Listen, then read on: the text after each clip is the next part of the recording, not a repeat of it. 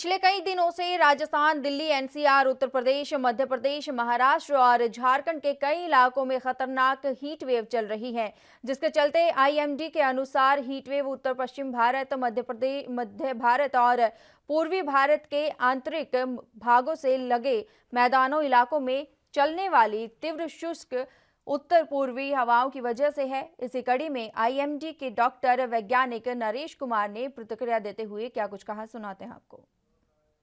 देखिए, अगर हम कल की बात करें तो ये जो स्पेसिफिकली जैसे परसों चूरू का भी 50 डिग्री तक था और कल जो टेम्परेचर्स रहे हैं वो 49.6 तक रहे हैं। और थोड़ा हरियाणा के कुछ हिस्सों में 47, वेस्ट एमपी या ईस्ट राजस्थान और ये उत्तर प्रदेश में भी 47 तक रहे हैं। और हम जो उम्मीद करें कि आज से जो हीट वेव इंटेंसिटी है काफ़ी कम हो जानी चाहिए। उसका कारण क्या है कि एक वेस्टर्न डिस्टर्बेंस है जो अभी अफ़गानिस्तान और जो एडजॉइनिंग पाकिस्तान एरिया पे लाई कर रहा है, उसके प्रभाव से अभी वेस्टर्न हिमालय रीजन में भी थोड़ा रेनफॉल एक्टिविटी और सिमिलरली थोड़ा ईस्टर्ली वेव से जो वे ऑफ बंगाल से हवाएं आ रही हैं, उसके कारण भी जो पूरा का region north west India, central east India में थोड़ा रेनफॉल एक्टिविटी होने की उम्मीद है। उसके बाद ये कल से जो हीट वेव अवेट हो जानी चाहिए ऑलमोस्ट इंटायर कंट्रीज से।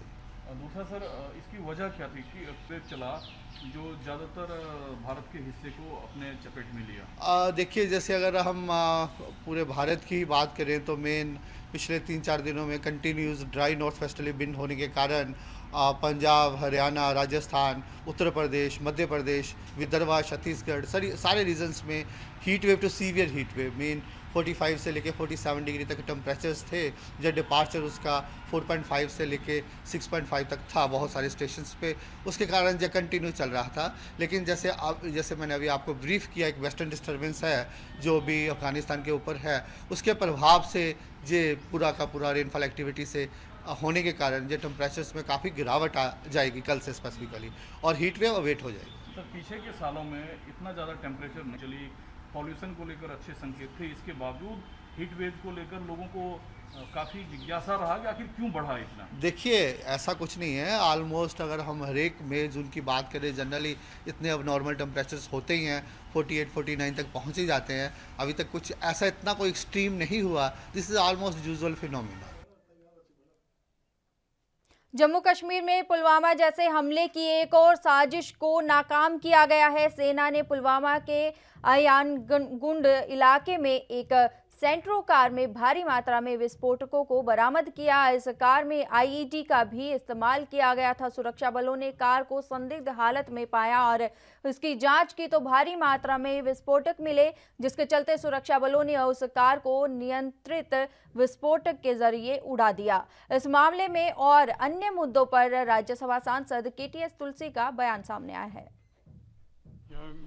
I must congratulate the security forces and the intelligence agencies for being alert and intercepting a huge quantity of explosives.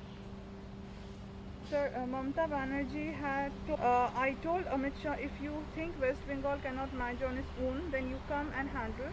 Amit Shah then said that चुने हुए सरकार को हम कैसे तोड़ सकते हैं. I thank him for saying this. You see, the states have a constitutional status and they have certain powers, certain exclusive powers. If the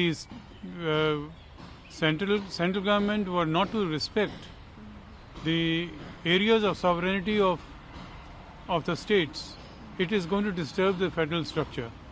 And I think that states deserve equal respect in their respective fields.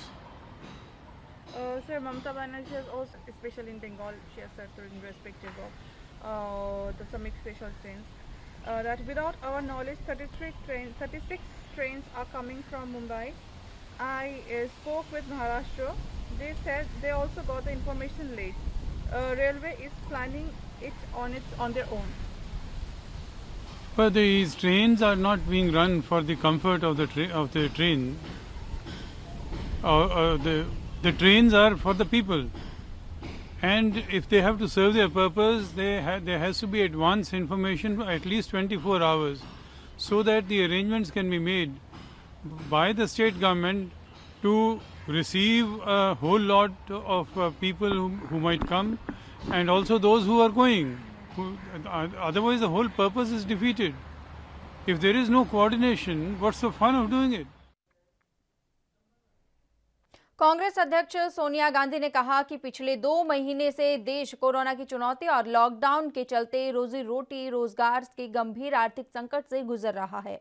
देश की आजादी के बाद पहली बार दर्द का वो मंजर सबने देखा कि लाखों मजदूर नंगे पांव भूखे प्यासे बगैर साधन के सैकड़ों किलोमीटर पैदल चलकर घर जाने को मजबूर हो गए। नंगे पांव भूखे प्यासे बगैर दवाई और साधन के सैकड़ों हजारों किलोमीटर पैदल चलकर घर वापस जाने को मजबूर हो गए। उनका दर्द, उनकी पीड़ा, उनकी सिसकी देश में हर दिल ने सुनी, पर शायद सरकार ने नहीं। करोड़ों रोजगार चले गए, लाखों धंधे चौपट हो गए, कारखाने बंद हो गए, किसान को फसल बेचने के लिए दर दर की ठोकरें खानी पड़ी। कांग्रेस के वरिष्ठ नेता और राज्यसभा में नेता प्रतिपक्ष गुलाम नबी आजाद ने कहा कि कोरोना वायरस की वजह से देश और दुनिया बहुत बड़ी मुसीबत में है। इससे सबसे ज्यादा परेशानी गरीब मजदूर हुई है। और उन्होंने क्या कुछ कहा, सुनाते हैं आपको। कोरोना वायरस की वजह से हमारा देश और दुनिया एक बहुत बड़ी मुसीबत में है, और इसका सबसे ज़्यादा इसकी वजह से जो नुकसान हुआ है हमारे गरीब आवाम पर हुआ है, चाहे वो किसान हो या मजदूर हो। इन किसानों और मजदूरों की मदद के लिए कांग्रेस पार्टी ने बार बार सरकार से मदद मांगी, फाइनेंशियल मदद मांगी। सोनिया गांधी जी ने, राहुल गांधी जी ने सरकार को लिखा भी और बताया भी, लेकिन अभी तक हमारी मांगें पूरी नहीं हुई है। इसलिए कांग्रेस पार्टी ने आज फिर दोबारा ये मांग की है कि 6 महीने तक हर गरीब इंसान को जो इनकम टैक्स नहीं देता है, चाहे वो मजदूर है या सड़क पे काम करने वाला है या घर में बेकार है, उसको हर महीने 6 महीने तक 7,500 रुपये मिलना चाहिए, और पहले महीने में 10,000 रुपये मिलने चाहिए।